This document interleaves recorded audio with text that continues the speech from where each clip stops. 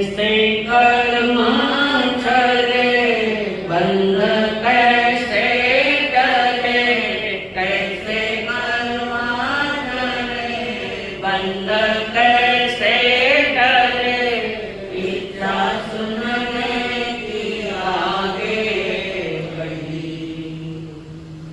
मेरे भागे मन के भरम, रोई ठहरेगा चित्त में धर्म। नित्य बंधन करे मन में श्रद्धा भरे, नित्य बंधन करे मन में श्रद्धा भरे। ओरे हल्के हमारे करम, सतगुरु तेरी चरण, मिल जाए जन्म और मरण। बहु दुख सहे कितने कर्म गहे, बहु दुख सहे कितने कर्म गहे। अब तो सत्य पे चले चरण, है सतगुरु तेरी शरण।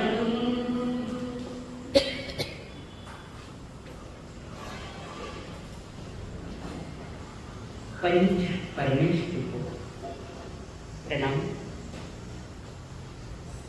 प्रणाम करूं परमात्मा स्वरूप सद्गुरुदेव, संयमी जीवन के सहयोगी साथी मंडल, जिन्होंने हमारे जीवन में ढेर सारी खुशियां भरी अनंतकारी परम पूज्य आदरणीय श्री अम्मा जी महाराज साहब, जिन्होंने करुणा भरे हृदय से हमारे उज्ज्वल भविष्य को हमारी उंगली थाम कर सद्गुरुओं के चरणों में हमें समर्पित किया है। अनंतकारी मेरे संसारी स्वर्गस्थ पिताजी एवं स्वर्गस्थ माता जी, परमात्मा महावीर जी द्वारा दी गई जो साधना है सिर्फ सुनाया नहीं, साधना की है। और वो साधना किस किस को दी है, किस किस को वो साधना दी है? नहीं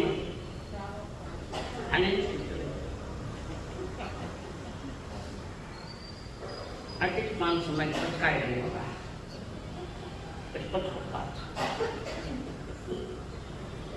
उस्ताद तो क्या उस्ताद है, परमात्मा महाज्ञान आत्म कल्याण के तीर्थ को साधना दी है। तीर्थ को, और तीर्थ कितने प्रकार का है? क्यों उत्तराखंड को तीर्थ मालूम नहीं? ऐसे कैसे उत्तराखंड? अच्छा कोई तीर्थ आप तीर्थ को साधना की, तीर्थ कौन सा है? कौन बताया था? घणो अंधेर हो, बहुत ही अंधेर। साधु साधु श्रवण, परमात्मा महावीर द्वारा स्थापित तीर्थंकरों के द्वारा स्थापित ये तीर्थ जो है, तीर्थ यानी पवित्रता, आत्मा की पवित्रता, व्यवहार की पवित्रता, वो तीर्थ है। और उस तीर्थ को करुणा भरे हृदय से परमात्मा महावीर जी ने तीर्थ का कल्याण हो इसके लिए साधना है। और वो साधना है 6 आवश्यक। सामयिक, स्तुति, तीर्थंकर, गुरु वंदन, इन 3 के साक्षी में हमें प्रतिक्रमण करना है। प्रतिक्रमण अब प्रारंभ हुआ है। अब आत्म साक्षी में सामयिक है, स्तुति में तीर्थंकरों को लोग सूर्य करे। और तीसरे गुरु के चरणों में जाकर निवेदन है, रोम रोम में विनय के साथ विवेक के साथ नीचे नहीं रखने कुमट नगे।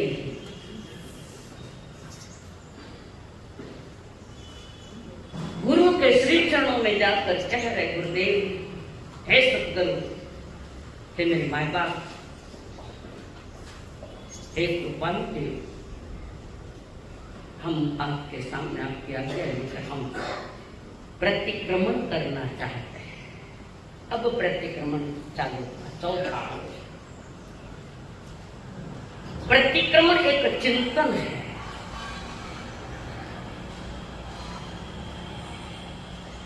प्रतिक्रमण कोई क्रिया नहीं, साधना के क्षेत्र में उतरे हुए हो तो एक चिंतन करना पड़ता है। और प्रतिक्रमण में जब बैठ हो तो उसके साथ तुम्हारा चिंतन भी चलना चाहिए। क्या चिंतन चले? रेखा जी बोलो, क्या चिंतन करना? मैंने दिन भर में जो भी क्रियाएं कही, जब से उठा हूं और दिन भर में मैंने जो क्रिया की है, उस क्रिया में कहां कहां भूल हुई है, कहां कहां मैंने परमात्मा की आज्ञा का उल्लंघन किया है, कहां कहां मैंने भूले की है दिन भर में, उस भूलों का चिंतन करते हुए प्रभु के चौथा आवश्यक प्रारंभ होता है। प्रतिक्रमण का जो है शाब्दिक शब्द शब्द चिंतन आ है कि आज मैंने कहा गलती, और गलतियों को याद करता हुआ पुनः प्रतिक्रमण की आज्ञा, भूलों का परिमार्जन, भूल चूक सुधार। बैठा बैठा सोचे कि मैंने जो कर्म किए हैं आज से नहीं, अभी से नहीं, अनादि से, जो मैंने अज्ञान दशा में और बिना चिंतन किए जो कर्म किए, जो क्रियाएं की है, जिसके कारण ये बंद हुआ है, कर्मों का बंद हुआ है, उसका चिंतन अभी तक शाम को प्रतिपन्न में बैठा तो उस समय का चिंतन करना कि मैंने नादानी कौन सी नादानियां, कैसे कैसे मैं ज्ञान में चलता रहा, उसका चिंतन करता हुआ प्रतिक्रमण के पाठ बोलता है, प्रतिक्रमण प्रारंभ करता है। इच्छा निलंभन्ते तुभ्यं अपनुनाय। गुरु से निवेदन करे, हे भगवंत मेरी इच्छा है, नम में इच्छा में इच्छा है, बनते भगवान मुझे ज्ञान दर्शन चारित्र और तप में जो दोष लगे हैं उसका मैं परिमार्जन करता हूं। इतना चिंतन करने वाला कोई साधक है यहाँ पे? मैं अभी प्रतिक्रमण में बैठूंगा कि प्रतिक्रमण प्रारंभ के पूर्व मुझे किस भूमिका में चलना है। प्रतिक्रमण चौथा आवश्यक प्रारंभ करने के पूर्व मुझे मेरी चेतना को, मेरी सोच को कैसा सेटिंग करना है, पहले सेटिंग करो। कौन कौन करता है? कौन कौन करता है प्रतिक्रमण? तो हर साल की तरह चलता है। बताओ कौन करे? किसने किया आज तक?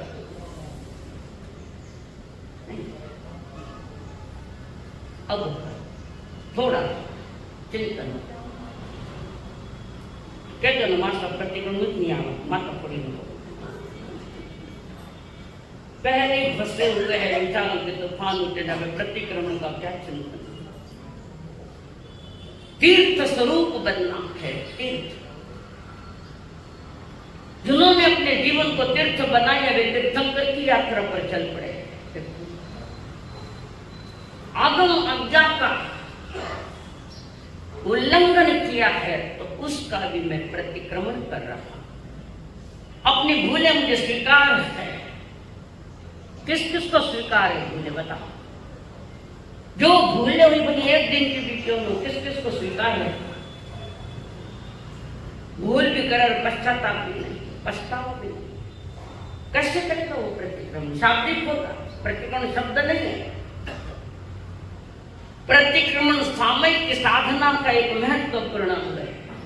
सामयिक साधना जो पहला वर्ष,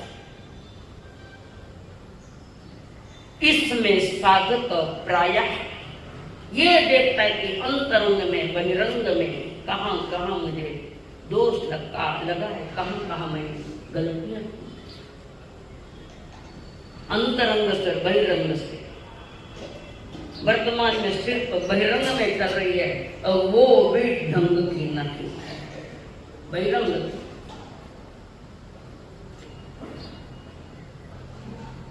कितने दोष लगते हैं तुम्हारे लिए? कितने दोष है? हाँ?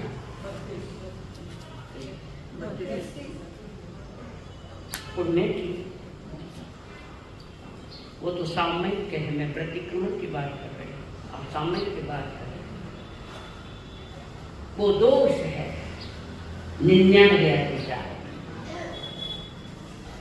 ज्ञान के 14, संकेत के 5, 12 व्रतों के 7, 15 कर्मादान 7 और वो 5 है संधान समान। ऐसे 99 अतिचार है, दोष है। कितने दोषों से अभी तक हम मुक्त हुए? समझो, समझ के एक बार टेंशन लेना नहीं, क्या मैंने किया नहीं, हुआ नहीं, छोड़ देना।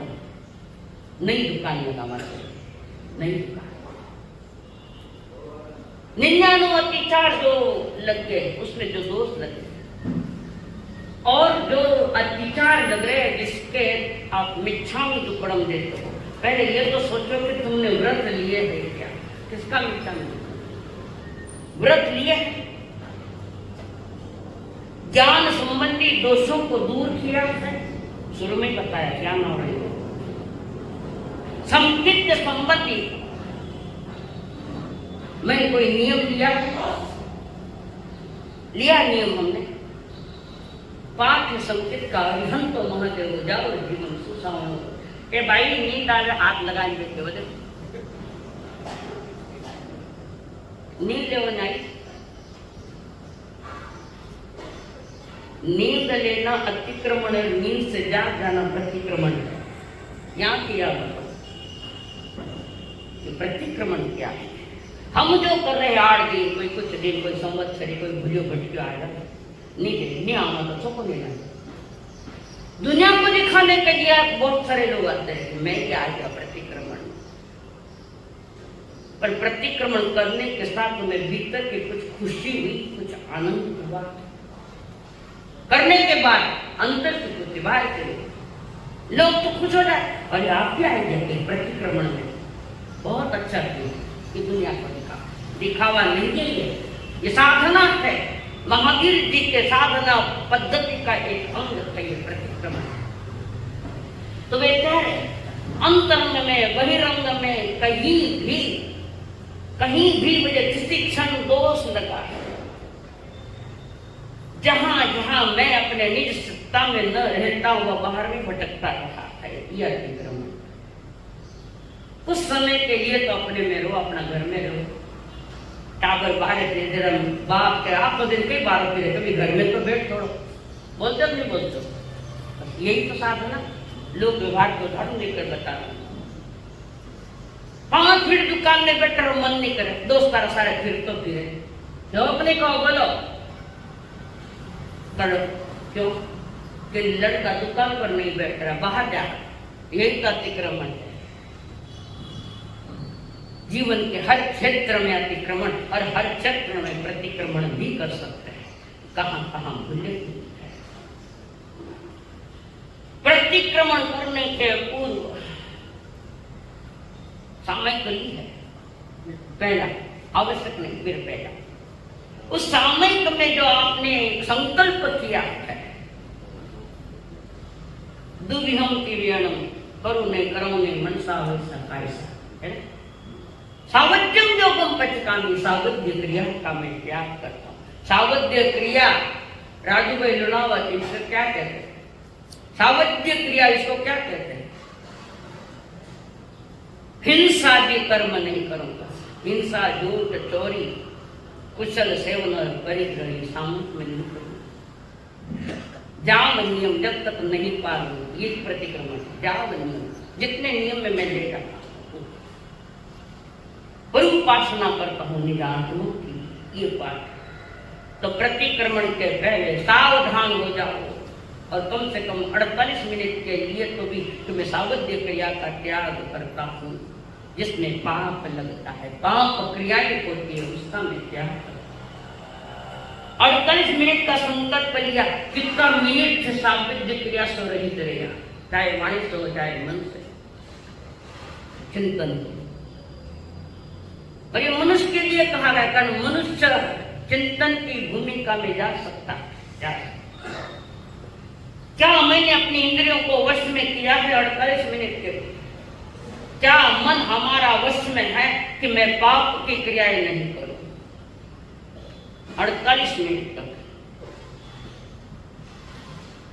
स्वयं की भूल स्वयं को ही कबूल करना है और स्वयं को ही उसका प्रायश्चित लेना है।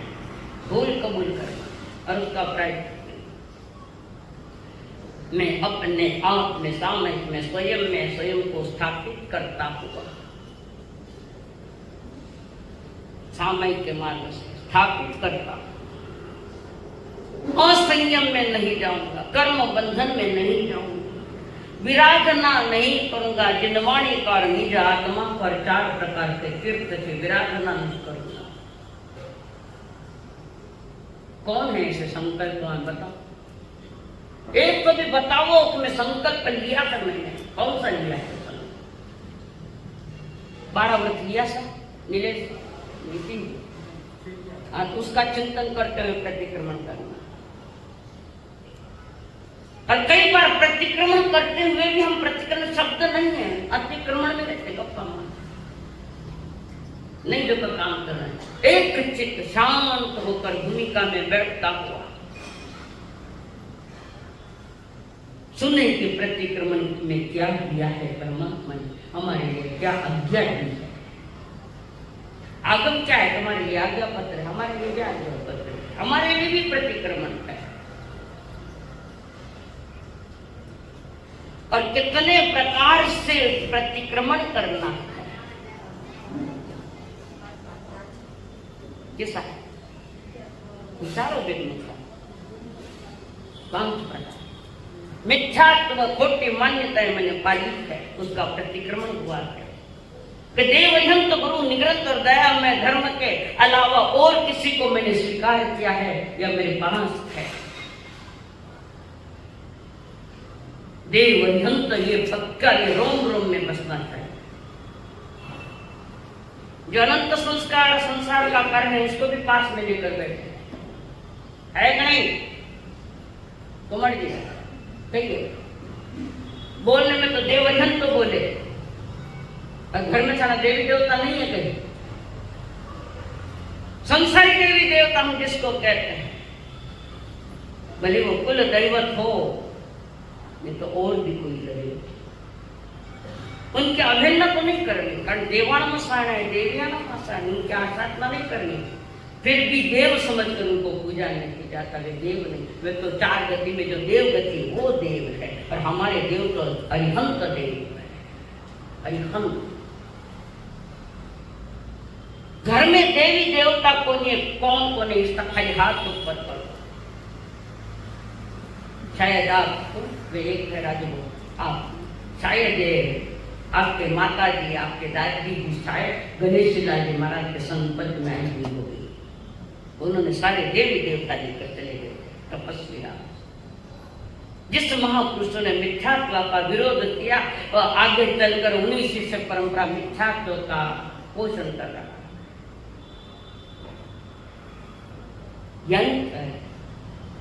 स्थापित करो कि देव अजंत गुरु निग्रंथ और दया हमारा धर्म है। ये रोम रोम में फैलना चाहिए। तो संकेत में, व्यवहार संकेत में दोष नहीं लगा। क्या हम मन से हर क्रिया कर रहे हैं क्या? तो खाली कान से सुन रहे थे, प्रतिक्रमण को ये करे, बाकी सुने, क्या सुने क्या नहीं सुने में अक्सर कई लोग ऐसा करते हैं। प्रतिक्रमण में ये चिंता की भूमिका इसमें नहीं। प्रतिक्रमण, सामयिक प्रतिक्रमण करते वक्त शरीर को पूरा सावधान करो, पहले शरीर की सेटिंग करो। प्रतिक्रमण टेक कर नहीं बैठना, सामयिक विवेक पूर्वक बैठना, ताकि मेरी एकाग्रता मेरे भीतर में बनी रहे। मन में चल रहा है तो थोड़ा कंट्रोल कर, पूर्ण तो नहीं होता मैं भी समझती, पर थोड़ा एक 30 सेकंड के लिए, 60 सेकंड के लिए, वो भी मेरा प्लस पॉइंट है। कहीं मैं अनेक प्रकार के दुष्चरणों में चले गया, दुष्चरित्र में चला गया, किसी के देखा देखी में गुटखा खाना चालू कर दिया, शराब पीना चालू कर दिया, स्मोकिंग करना चालू कर दिया, पैसों पर पत्ते खेलना चालू कर दिया। ये सब अतिक्रमण है, इसको बंद करो, उसका नाम प्रतिक्रमण है। लोक व्यवहार का भी प्रतिक्रमण है। गलत दिशा से जा रहे, कोई आकर कहे कि ये दिशा ठीक नहीं, किस दिशा से चलो, तो गलत दिशा में गए, उसका नाम अतिक्रमण, और लौट आए वापस, उसका नाम प्रतिक्रमण। समझ में आ रहा है? लोक भाषा में बता रहे हूँ, ये तो और गहरा विषय है, लोकल भाषा में जिसको आप ठीक से समझ सको। क्या मैंने किसी की विराधना की है तो वहां जाकर समय याचना की, भूल की है। मैं खमत खामना करूं, सामने वाले नहीं माने तो विरोधों से खाना, तुम खुले हो जाओ। जो बर्डन आया है आसमान पर, वजन आया, तुम अपने मुक्त हो जाओ। औरों की जवाबदारी हमारी नहीं, मेरी जवाबदारी मेरी, औरों की जवाबदारी मेरी नहीं। भगवान महावीर नहीं, गौतम समय कहते तुम्हारी जवाबदारी मेरी नहीं, तुम तुम्हारी जवाबदारी संभालो। मैं तो सिर्फ मग्ध दयालु हूँ, धम्म दयालु हूँ, मैं मार्ग का दाता हूँ, मार्ग बता रहा हूँ। इस दुख भरे संसार से मुक्ति का मार्ग जो बताया प्रभु ने, वो मार्ग है साधना का, 6 आवश्यकों का।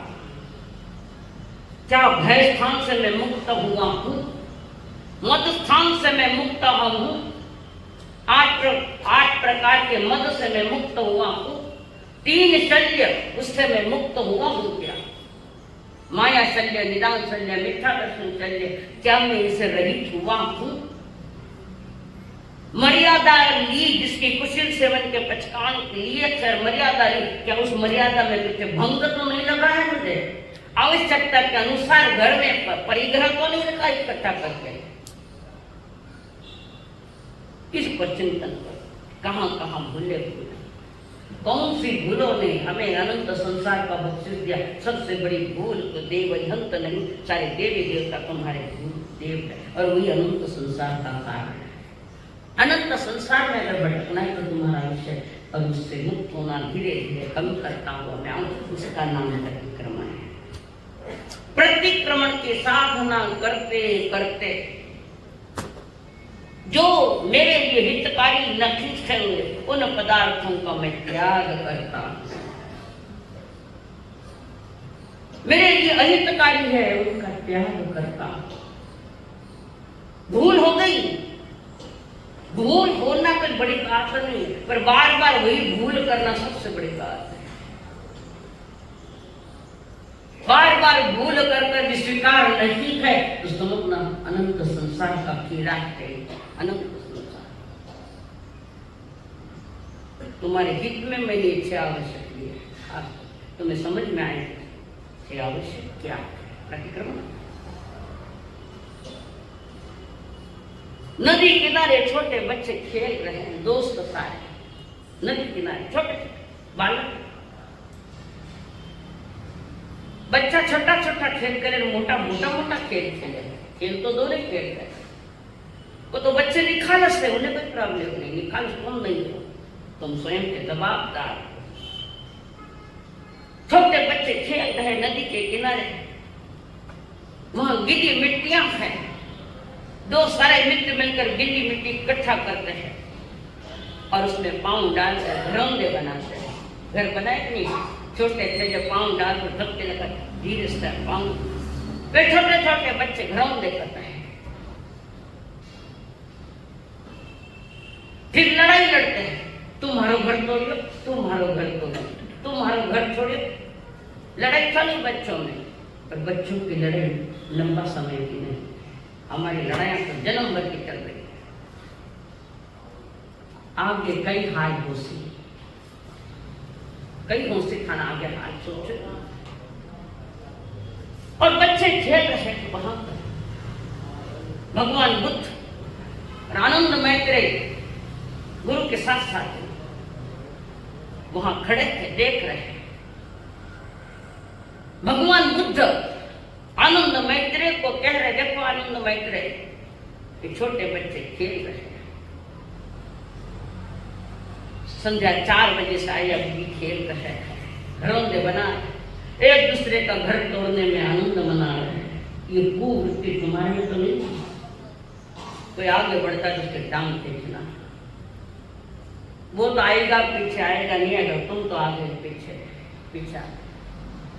बच्चे एक दूसरे का वो घर तोड़ रहे हैं, लड़ाई कर रहे हैं, पुनः अपने अपने घर बनाने में लग गए। इतने में मां की आवाज आई, बच्चों घर आ जाओ, संध्या ढल रही है, घर आ जाओ, अंधेरा आ रहा है। मां की आवाज सुनकर सारे बच्चे चलो अपना घरे चाला आ गए। तो जाते वक्त तो सभी के घर तोड़ दिए, कौन लड़ाई करे घर दाम। जाते वक्त मजा में आनंद में एक दूसरे के घर तोड़ दिए, और जब बना रहे थे तब लड़ाई थी, और जाना है तो सब अपने अपने घर तोड़ दिए। और पुनः मां के आओ बच्चों घर, जिन वाली मां यही है, अनंती बार अनंती घर बनाए, अनंती बार संसार बसाया, अनंती बार परिवार बसाया।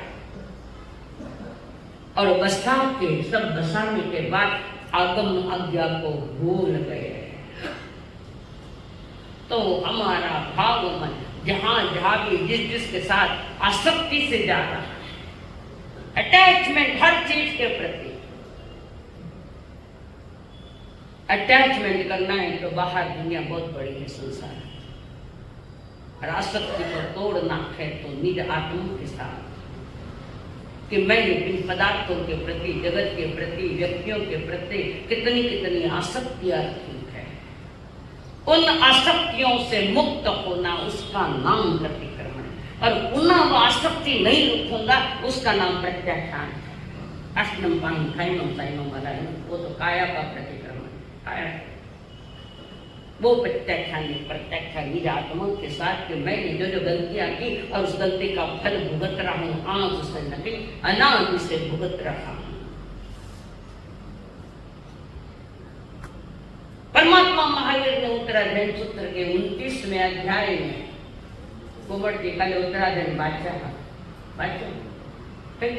शब्द बादशाह सब बादशाह कर्म न बादशाह गाय, बाकी सब कर्म न बादशाह गाय। वे कह रहे, शिष्य गुरु से पूछ रहे, गौतम स्वामी ने भगवान महावीर जी से पूछा, बनते। जम्मू कुमार ने सुधर्मा स्वामी से पूछा, बनते परिक्रमण भन्ते जीवे किम जने। प्रतिक्रमण करने के इन आवश्यक को करते हुए जीव क्या करता है? प्रतिक्रमण आवश्यक जो चौथा है, जो जीव व्रत लिया हुआ है, उसे क्या करना, क्या करता है प्रतिक्रमण में? तो प्रभु ने कहा, प्रतिक्रमण करने वाला साधक जिस जिस मार्ग से कर्म आश्रम हो रहा है, उस छेदे को बंद कर देता है। ठीक है, कान से बुरा सुनता है, छेद बंद कर दो। आंख से बुरा देख रहा है, आंख बंद कर दो। यानी अशुभ से अपने आप को बाहर निकाल।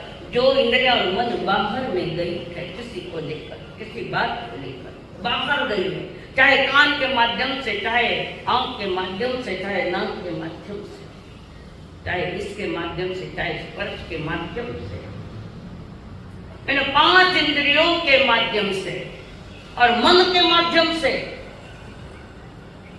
जो आश्रव आ रहा है उसको संवर्ष के दरवाजे लगा साथ आश्रव को रोकना है। कभी कहा आप भी नदी किनारे जो नौकाएं पड़ती तो नौका विहार भी किया, नौका में बैठे और चल रहे। नौका वाले को पता नहीं है कि नाव में छेदे हो गए बहुत, और नौका जल में छोड़ दी और नदी का पानी नाव में आने लगा। नदी का पानी नाव में आने लगा है कारण नाव को छेदे है। तो वो नाविक को कहता है तुम्हारी नाव फूटी हुई है, पानी अंदर आ रहा है। होशियार नाविक फौरन नाव बाहर ले ली और उसके छेदे बंद किए। ऐसे साधक आत्मा अपनी 5 इंद्रियों के माध्यम से 9 दरवाजे, मालूम 9 दरवाजे, इन माध्यम से जो आश्रय हो रहा है, कर्म आ रहा है, साधक आत्मा वो दरवाजे बंद कर देता है संवर के माध्यम से। संवर की सामायिक की साधना, निज आत्मा की साधना जब होती है वो अपना स्वयं चिंतन मनन करता है कि जहां जहां से जल आ रहा है, पतरा दटो दटो फुटोड़ा तो मैंने बंद कर दूं, तो पानी आगे तो गड़े तो उसको त्याग कर। बस यही तो साधना यहाँ है। जिन जिन मार्गों से ये कर्माश्रव आ रखे हैं उन राहों को बंद करना संवर के माध्यम से, समत्व की साधना से, जागता हुआ, ठीक से देखता हुआ, इन इंद्रियों के माध्यम से जो अंदर में जा रहा है उसको रोकना है, उसका नाम प्रतिक्रमण है। संवर से रोक। उच्च कोटि की साधना जो परमात्मा ने दी, तो शिष्य गुरु से पूछता है भंते प्रतिक्रमण करने से क्या होता है, प्रतिक्रमण होने से जीव को क्या लाभ है। पुराने पानी को निकालता है, नया पानी आने नहीं देता। 25 बोल में उसका एक उदाहरण दिया था, 25 बोल 9 तत्वों का समझाना। अशुभ में गए हुए इंद्रियों को अशुभ से बाहर निकालो और शुभ में स्थापित करो। चारित्र पर आए हुए धब्बों को ज्ञान दर्शन चारित्र से खत्म करो। अभी तो अशुभ से बाहर नहीं आए, प्रतिक्रमण करते वक्त भी हम अशुभ से बाहर नहीं। या तो जबान बिगड़ी या देखना का बिगड़ गया।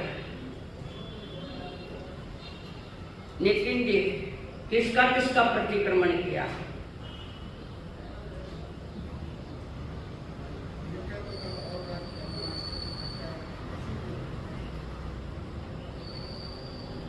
मिथ्यात्व का प्रतिक्रमण संवत्सरी के दिन भी किया कि नहीं किया?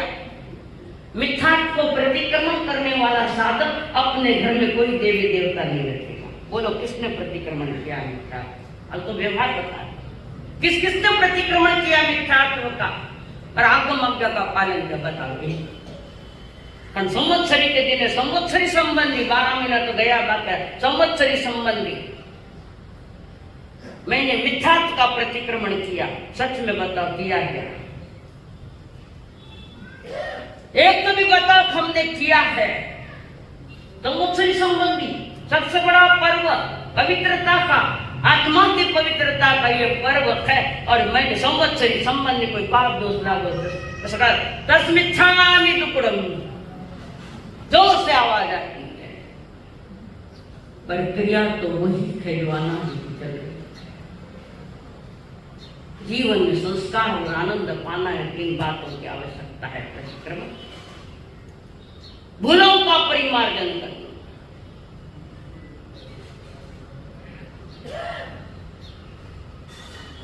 डायरी है आपके पास और पेंसिल लेकर लिख रहे हैं, लिख और गलत लिखा गया, ध्यान में आया ये गलत लिख दिया, तो फिर क्या करें? गलत लिखा उसका नाम अतिक्रमण, रबड़ से निकाल दिया उसका नाम प्रतिक्रमण। लोकल भाषा में बता रहे, बही खाताओं में भी लिखे हुए थे, कई गलती हो जाती है और उसको मिटाने का गलतियों का सुधार करना, उसका नाम प्रतिक्रमण। और सारी बात बताऊं, सेठ की 2 रानियां, कितनी रानियां? सेठ के 2 रानियां, लक्ष्मीवती और कनकावती। एक लक्ष्मीवती, एक कनकोदरी। 2 सेठ की 2 पत्नियां हैं, जिसमें लक्ष्मीवती धार्मिक विचारों की, धार्मिक व्यवहार, मन वचन काया से करती हुई क्रिया, पवित्र क्रिया, वो लक्ष्मीवती। उस लक्ष्मीवती ने अरिहंत परमात्मा की रत्न जड़ित मूर्ति बनवाकर, रत्न जड़ित, कितने प्रकार के रत्न हैं? हाँ? 14, वे तो चक्रवर्ती खाने के लिए 18 प्रकार के रत्न हैं। हीरे, माणिक, मोती, वे है जो सब 18 प्रकार। रत्न जड़ित मूर्ति बनवाकर अरिहंत परमात्मा जैसी प्रतिमा की स्थापना की, स्थापना की और रोज पूजा पाठ करती, पूजा पाठ करते अत्यंत आनंद ले रही थी लक्ष्मीवती। अपने घर में घर मंदिर बनाया। घर में क्या बनाया? बनाते मंदिर, घर मंदिर नहीं बन पाया, घर में मंदिर बनाना है। घर मंदिर बन जाता तो घर में मंदिर बनाने की क्या आवश्यकता है? मंदिर बनाने के बाद भी तो मन बिगड़ा है, तो मंदिर बनाने से क्या फायदा? और वो लक्ष्मीवती खूब धनवान, कमी नहीं किसी बात की, फिर भी ऐसे सुख में भी परमात्मा, अरिहंत परमात्मा की पूजा पाठ करती, भजन करती, और वो अपनी भक्ति में तल्लीन हो जाती, जिसकी चर्चा चारों तरफ फैल गई। धार्मिक अनुष्ठानों में एक रूपता देखना है तो लक्ष्मी चर्चा हो गई चारों तरफ। घर से बाहर गई गलियों में, गलियों से गई बाजार में, बाजार में से सारे नगरी में, और नगरी से गई सारे डिस्ट्रिक्ट प्लेस पर। चर्चा चली लक्ष्मी जी के, अमीर सेठ की वो पत्नी इतनी धार्मिक है, उसकी भक्ति सभी जगह प्रशंसनीय हुई, जैसे मीरा की हुई, चंदना की।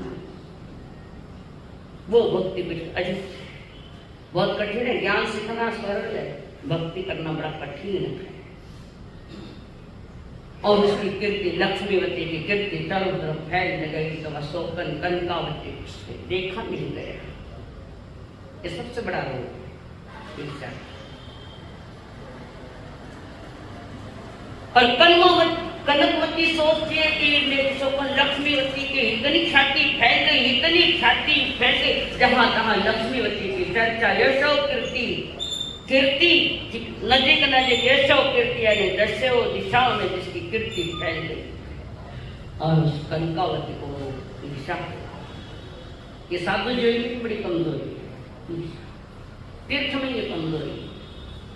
अगर ये कमजोरी है तो तीर्थ नहीं, वो कहने मात्र का तीर्थ रहेगा। छोटे बच्चे, बड़े बूढ़े सभी उसकी तारीफ कर रहे हैं। और कनकावती से देखा नहीं गया, उसने मौका देखा, ये इधर उधर जावे तो प्रतिबंध करा दूं मैं। भयानक रोग है। कहते हैं कि जिसको बुखार आया है उसको नीम मीठा लगता है, नीम रखता है जैसे। तो उसने निर्णय कर लिया कनकावती ने, और वो प्रतिमा जहां लक्ष्मीवती नहीं थी, कोई कार्य बाहर गई, उसमें प्रतिमा लेकर लाकर कूड़े कचरे में डाल दी। कूड़ा अरिहंत की प्रतिमा को भी कम समझो,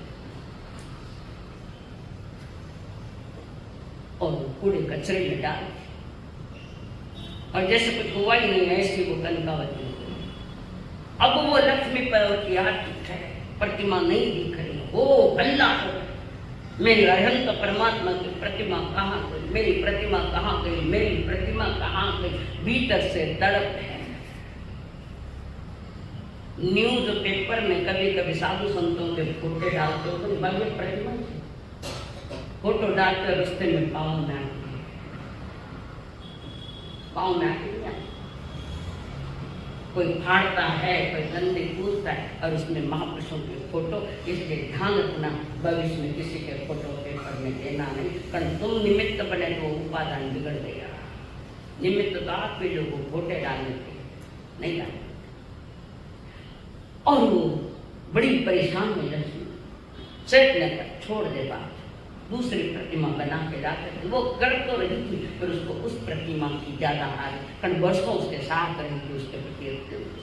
और उसके बाद वर्षों काफी समय लंबा बीत गया। लक्ष्मीवती ने बताई नहीं कि नहीं, कनकावती ने बताया नहीं कि मैंने प्रतिमा कहाँ डाली। आनंद मना तड़पती देख रही लक्ष्मी। महामोहनी कर्मों का ये बंधन, महामोहनी तीव्रता है। और फिर सभी इधर उधर छान मार करते तो सहज किसी का ध्यान उस कच्चा कुंडी में गया, तो उसमें वो प्रतिमा पड़ी, गंध भी लगी हुई प्रतिमा। बोलो उसने लक्ष्मी कनकावती ने कितने बंधन किए हैं।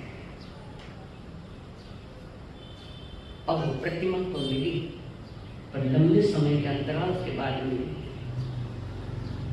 लक्ष्मीवती जो जिसने वो प्रतिमा की फिर उसका विरह करवा दिया था, कनकावती प्रतिमा से विरह कर बहुत आर्थ ध्यान किया, पर इसने ये नहीं कहा कि मैंने किया, इतना तीव्र कर्म बांधा। और वो लक्ष्मीवती वहां आयुष्य पूरा करके पवन जी की पत्नी अंजना बनी, सती अंजना। कथानक मालूम है आपको? अंजना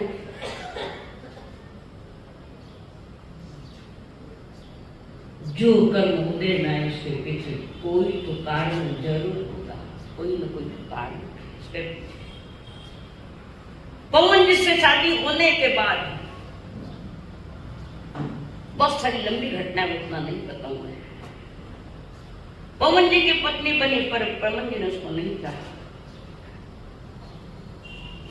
एक बार पवन जी युद्ध पर गए, लड़ाई लड़ते, युद्ध में गए हुए, और उस समय अंजना की याद आई तो वापस आए कि मन से अंजना को मिले। नाइट में आए, रात्रि में आए, और अंजना सती के साथ एक रात बिताई, एक रात। और पवन जी चले, फिर भी जाते वक्त एक अंगूठी देके गए। कभी माता जी पूछ ले तो ये निशानी बता देना, आपके पुत्र ने ये अंगूठी दी। अंजना गर्भवती रही, कर्म कब किए। सासू ने पूछा, बोल ये पाप किसका लिया है? तो मेरा बेटा तो यहाँ आया है ही नहीं, वो तो गया युद्ध में, तुमने किसका पाप पाला है? तो कहते नहीं माता जी, मैंने किसी का पाप नहीं पाला है, आपके पुत्र एक दिन मुझे मिलने के लिए आए, वो तो युद्ध पर गए, वो आ ही नहीं सकते। अरे अरे उल्टा नीच नालायक, निकल बाहर घर से, हमारे खानदान को कलंक लगा दिया। तब अंजना कहती उनका दोष नहीं, कर्मा दोष मार, ये दोष मेरा है, मैंने पाप किया। सासू ने निकाल दिया घर से बाहर, खानदान को कलंक ले, उल्टा क्या क्या बोलेंगे लोग, कोई ठिकाना नहीं। अरे तो साधु संतान ने नहीं छोड़े तो सामान्य जनता ने कौन छोड़ेगा?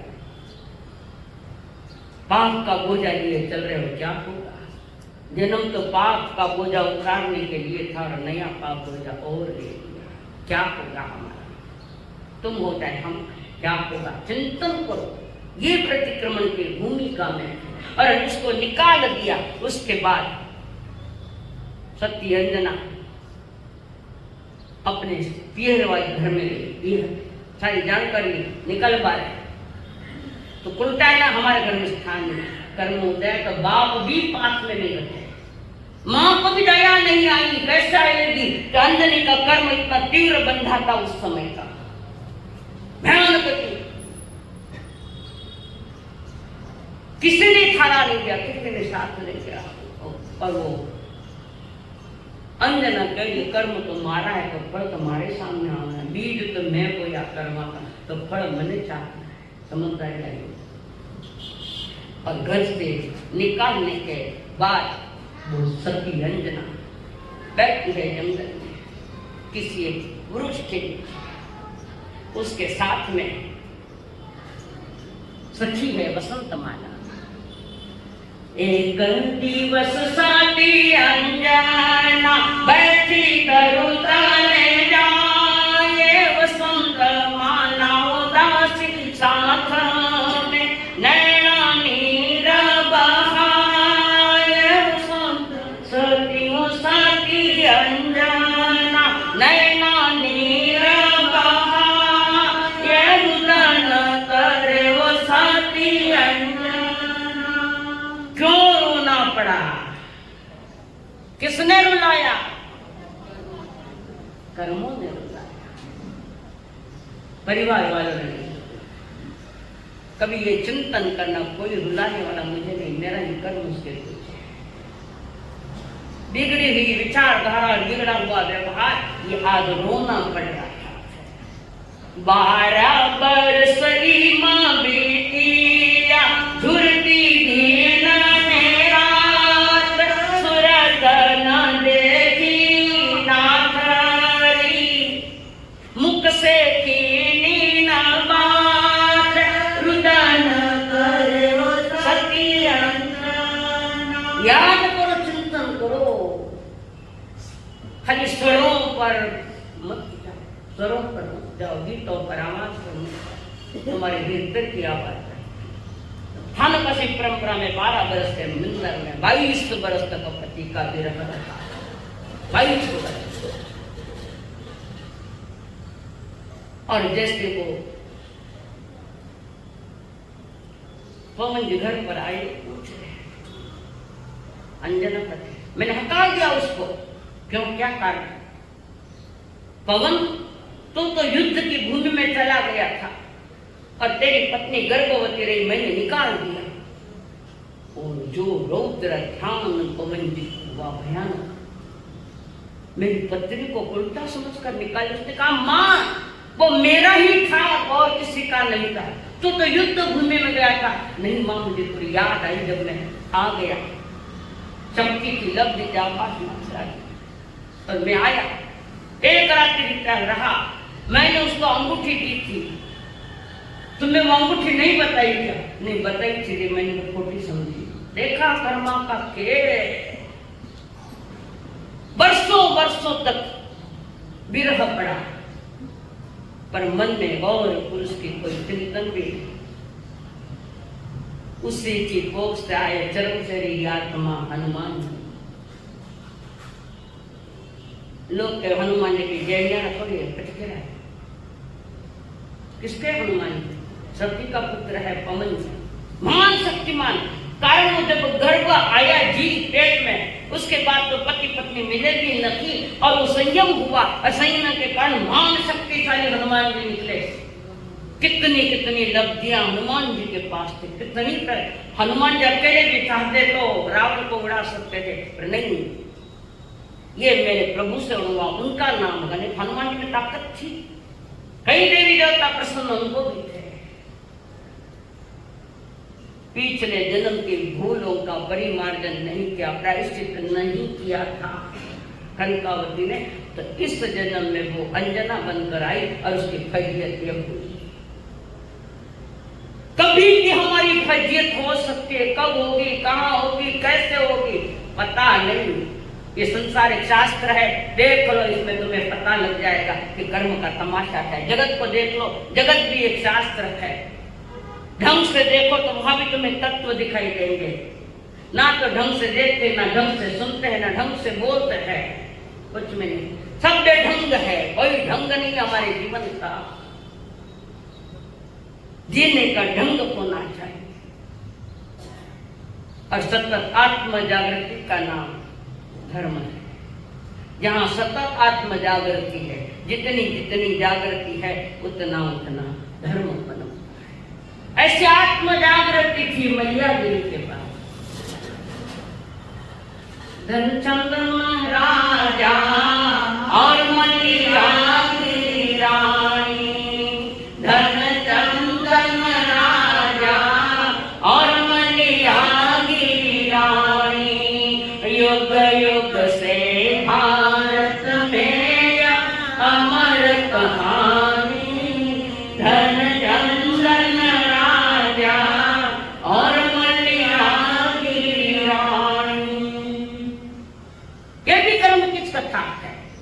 संसार का हर जीव कर्म से बंधा है, सिर्फ सिद्ध भगवान छोड़कर, सिद्ध भगवान छोड़कर बाकी सभी कर्मों में बंध है और अरिहंत सिद्ध होने की तैयारी में। कथे वर्तमान में अरिहंत देव, बोलो प्रवीण जी, कहाँ है अरिहंत देव? कहाँ है वर्तमान में? कोई तो बोला है महाविजय क्षेत्र में श्रीमंदिर भगवान, ये अरिहंत है महाविजय क्षेत्र। वर्तमान में यहाँ तो नहीं। तो वे मलियागिरी, जिसके 2 बच्चे सेना में भर्ती हो गए, बिल्कुल जागृत अवस्था में सारा कार्य करे, जो कार्य फरमाया है, जो बातें कही गई, सजगता के साथ वो सारा कार्य कर रहा है। दोनों भाई कहते हैं हम यहाँ नौकरी कर रहे हैं, फुकट की मालिक की नहीं खाना है। सजगता के साथ जो भी कार्य दिया है हमें वो पूरा करना, ठीक ढंग से पूरा करना है।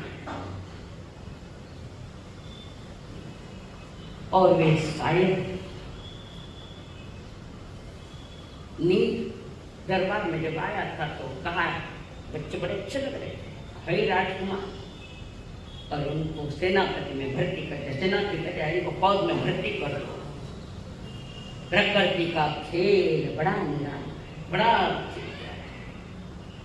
और अपना समय दोनों बच्चे फौज में बता रहे हैं। कभी कुछ कार्य कहे कि अमुक अमुक दुश्मन आए तो उनका सामना करो कि बच्चे तैयार है ही शक्तिशाली, राजा के राजकुमार है ये। तो कभी कभी ऐसा भी हुआ जाया करता, हो जाया करते कभी अनजाने में काम, फल देती है प्रकृति कभी कभी अभिराम। प्रकृति बोलते हमारे कर्म, बाहर की प्रकृति, अंदर की प्रकृति और प्रवृत्ति। श्रोताओं अब सुनिए ध्यान लगा कर सारे, मलियागिरी जिस डेरे में समय निकारे, जिस बंजारे ने रची अगम बेईमानी, धन और मलियागिरी रानी। पुण्य उदय होता है तो 10 दिशाओं से, पुण्य उदय, पाप का उदय होता है तो 10 दिशाओं में से। पाप का उदय न होवे इसके लिए सावधान रहो, पुण्य कर्म करो इंद्रियों से। कितने प्रकार के पुण्य हैं? याद है? बोलो। 9 प्रकार के पुण्य, अनपुण्य, पानपुण्य, नैनपुण्य, शरणपुण्य आदि आदि 25 बोल में देखिए 9 प्रकार।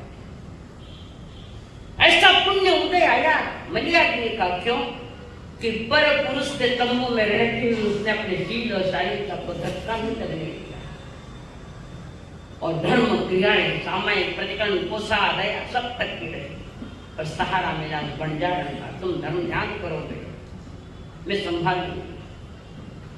ऐसे वो बंजारा भी चंपापुरी में आया, तंबू निकाल कर वहां डेरा लगाया।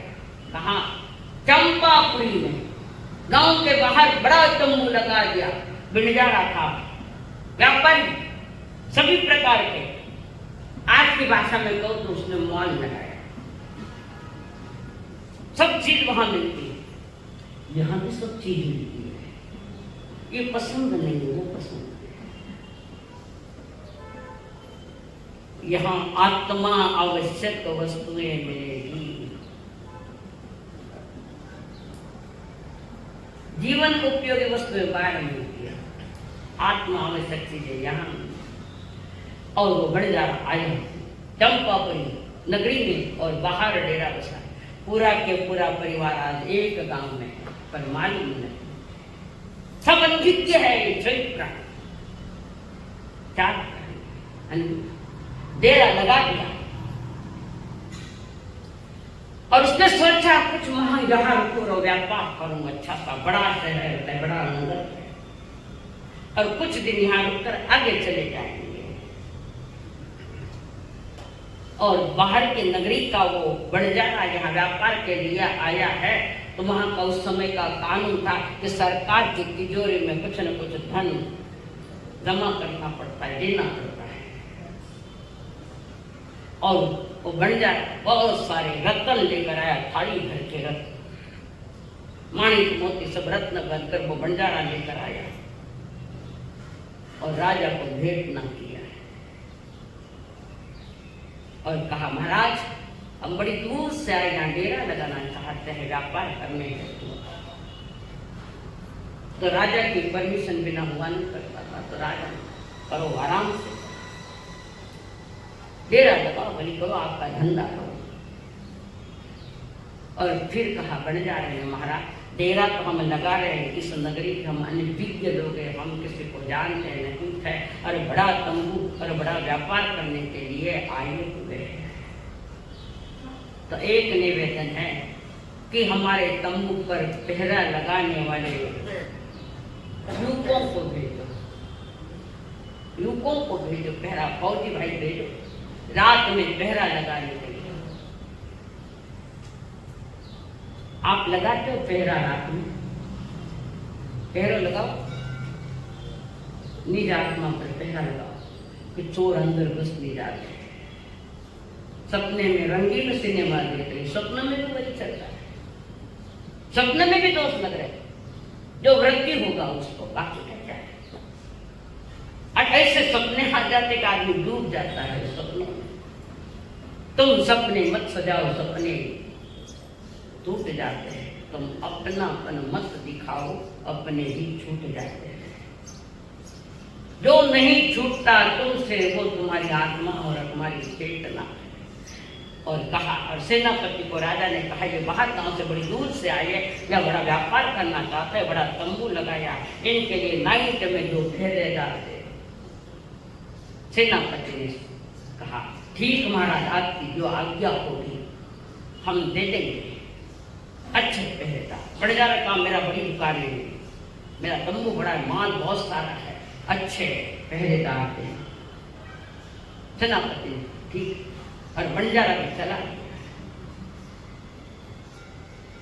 बंजारा चला गया। रात बीत रही है, वो मलिया देवी मध्य रात्रि में धर्म जागरणा करती हुई, श्रावक साधु का धर्म है मध्य रात्रि में धर्म जागरणा। कितने बजे प्रारंभ होती है धर्म जागरणा? 3 बजे। 3 बजे उसको ब्रह्म मुहूर्त कहते हैं। क्यों कहते हैं ब्रह्म मुहूर्त? बताओ कौन बोले? जहां भी पहाड़ों पर, गुफाओं में, जहां भी ऋषि मुनि संत आदि होते हैं, 3 बजे मध्यरात्रि में उठकर वे साधना करते हैं, और उनके साधना के वलय सारे संसार में फैलते हैं। विज्ञान साइंस ये वलय नहीं फैलते तो टीवी का आविष्कार नहीं होता। कहां कहां चल रहे कार्यक्रम और वलियों के साथ कहां आते हैं टीवी पर, तो उनके धार्मिक वलय और वो आते हैं, और जो उसमें साधना कर रहा है, साधु हो चाहे श्रावक साधु, तो वो वलयाकार उत्कृष्ट परमाणु आकर उनके ऊपर प्रभाव डालते हैं। इसलिए ब्रह्म मुहूर्त का मूल्य है। बाकी दिन तो कटेगी सोगन है, सूर्य दुनिया बिना मांगू न माने सोगन है, सूर्योदय हुआ बिना नहीं उठा मान, तुम जय नहीं हो। और जो सूर्य सवेरे मध्य रात्रि में उठते हैं, भले 4 बजे उठो, 4:30 बजे उठो, धर्म जागरण करो। ये चतुर्विध संघ के लिए प्रभु की आज्ञा थी, और मैया जी के अंदर में धर्म जागरण कर रही है। सावधान है मैया के लिए। बंजार भी बाजू में बैठे, इस पर कभी कोई तूफान नहीं आ, कोई आक्रमण नहीं करे। सेनापति ने जाकर कहा, फौजी भाइयों में 2 बच्चों देखने में एकदम सुंदर, जैसे कोई कामदेव है ऐसे सुंदर, और मजबूत शक्तिशाली जैसे कोई बाहुबली है। उनको कहा, फौजियों कल से तुम्हें ड्यूटी पर जाना है। आप क्या जाएंगे। एक ध्यान रखना, हम तुम्हें वहां भेजेंगे, ध्यान में रखना, तुम्हें वहां भेज रहे हैं। जिसके लिए भेजे पहरेदार बराबर देना, पहरा बराबर देना, स्वयं को संभालना। कैसे संभालें? संकल्प हमारा इंसान हम बनेंगे, संकल्प हमारा। और प्रभु के चरण चलना है। नमो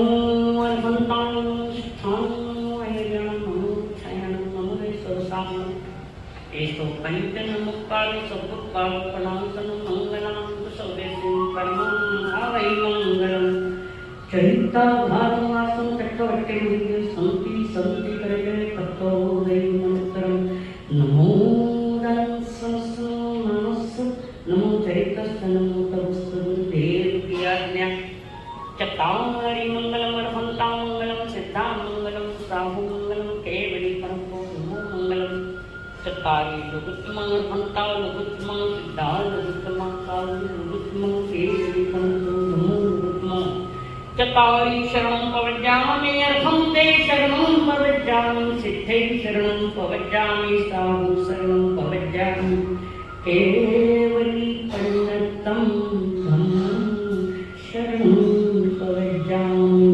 एक साथ प्रभु शरण अर्हन्तो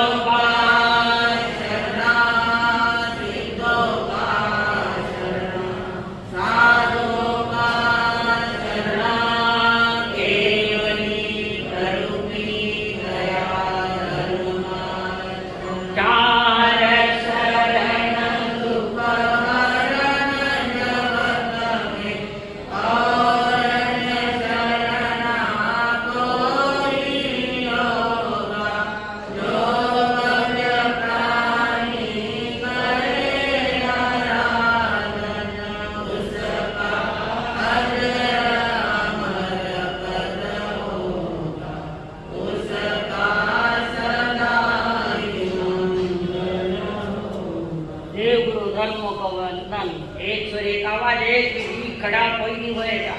वज्रासन या सुखासन में बैठो एक